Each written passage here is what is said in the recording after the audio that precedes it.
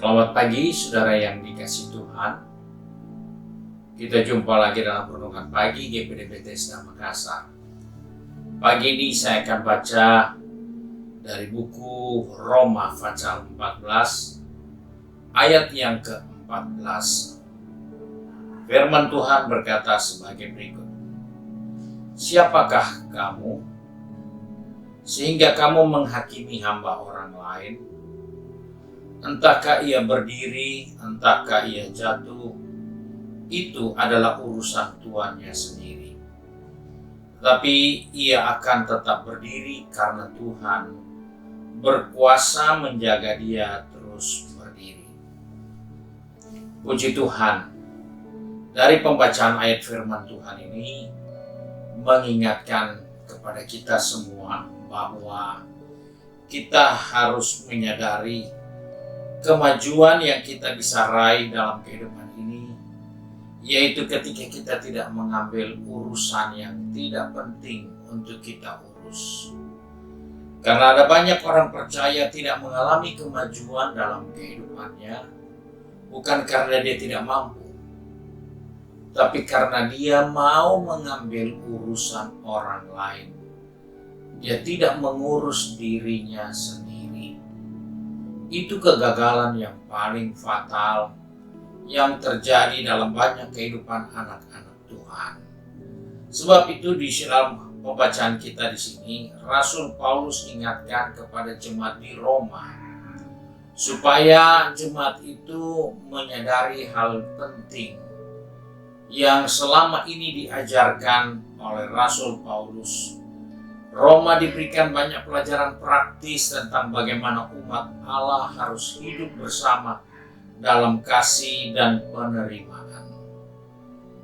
Dan ajaran itu berulang-ulang kali Rasul Paulus ingatkan.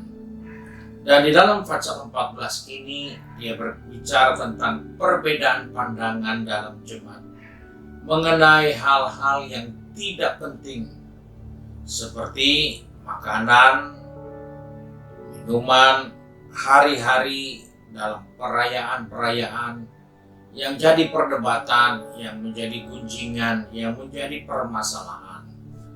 Yang sebenarnya itu tidak ada pentingnya sama sekali. Tapi karena mereka tidak fokus kepada diri masing-masing, tetapi mau memfokuskan untuk masalah orang lain, maka mereka tidak mengalami kemajuan. Dan hal inilah yang harus kita waspadai dalam diri kita.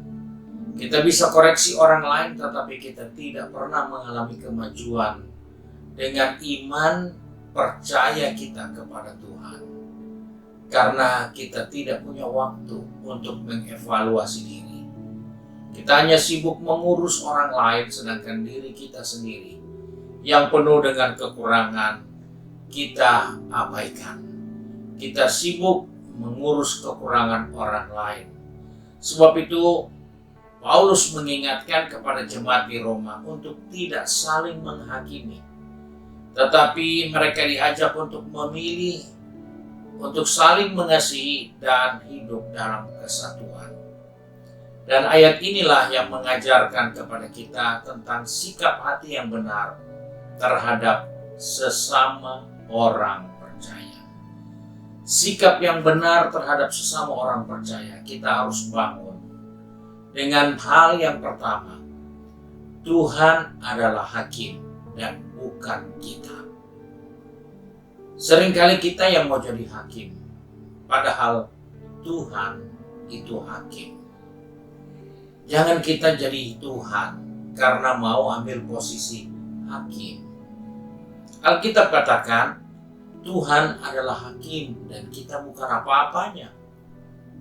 Sebab itu dalam Roma 14 ayat 4 dikatakan, siapakah kamu sehingga kamu menghakimi hamba orang lain?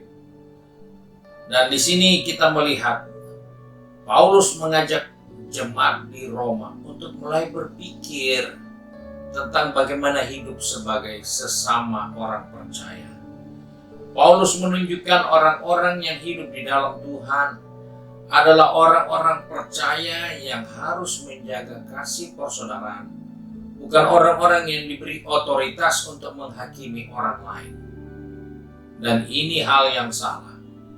Orang percaya harus sadar, Tuhan adalah Tuhan kita, dan kita adalah hambanya.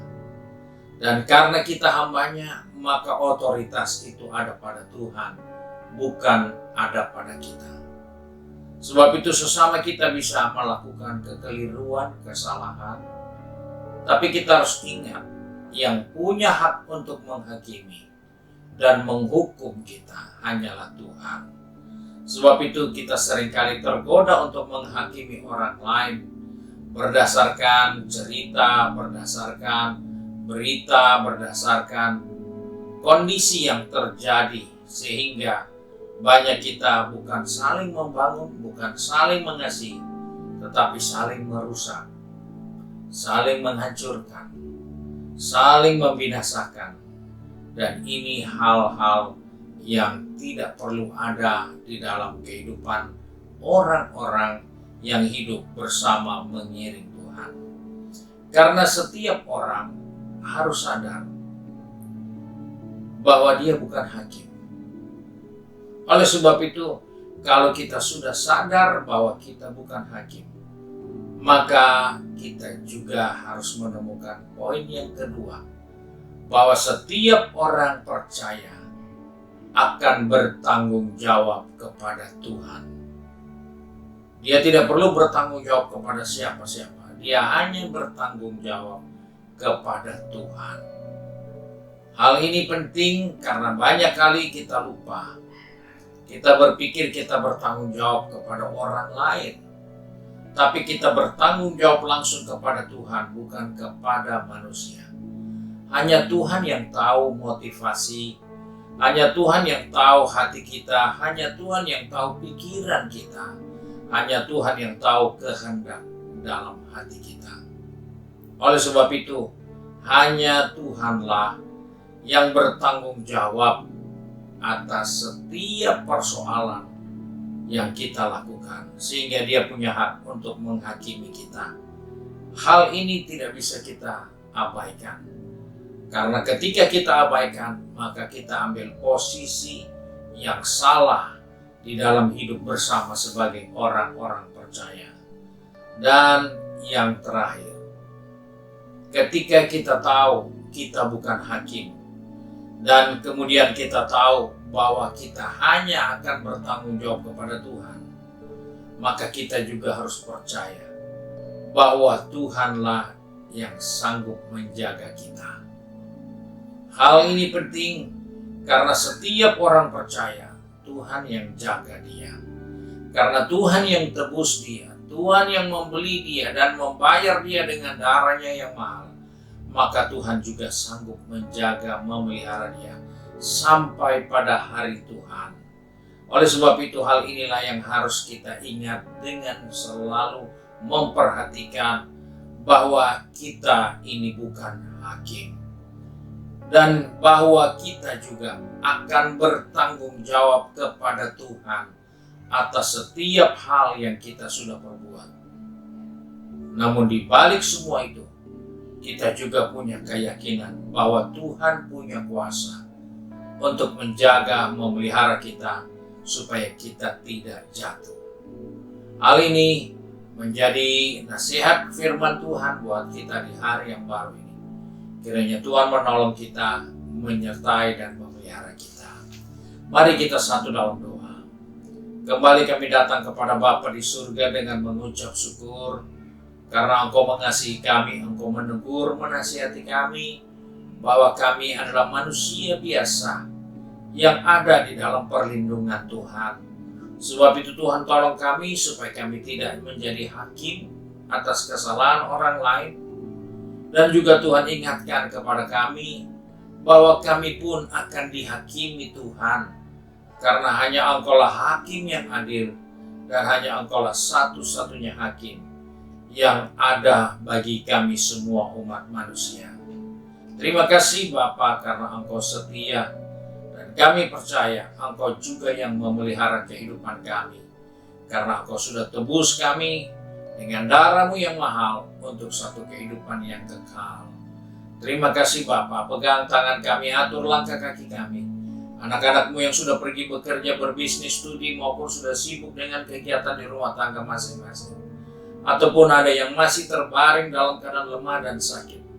Tuhan ingatkan kami, supaya kami mengerti apa yang penting bagi kami di dalam hidup mengiring akan Tuhan. Kami bersyukur dan berdoa di dalam berkat nama Tuhan Yesus Kristus, Juru Selamat kami, majikan yang baik dan setia. Haleluya. Amin. Puji Tuhan. Tuhan Yesus memberkati kita dan selamat pagi.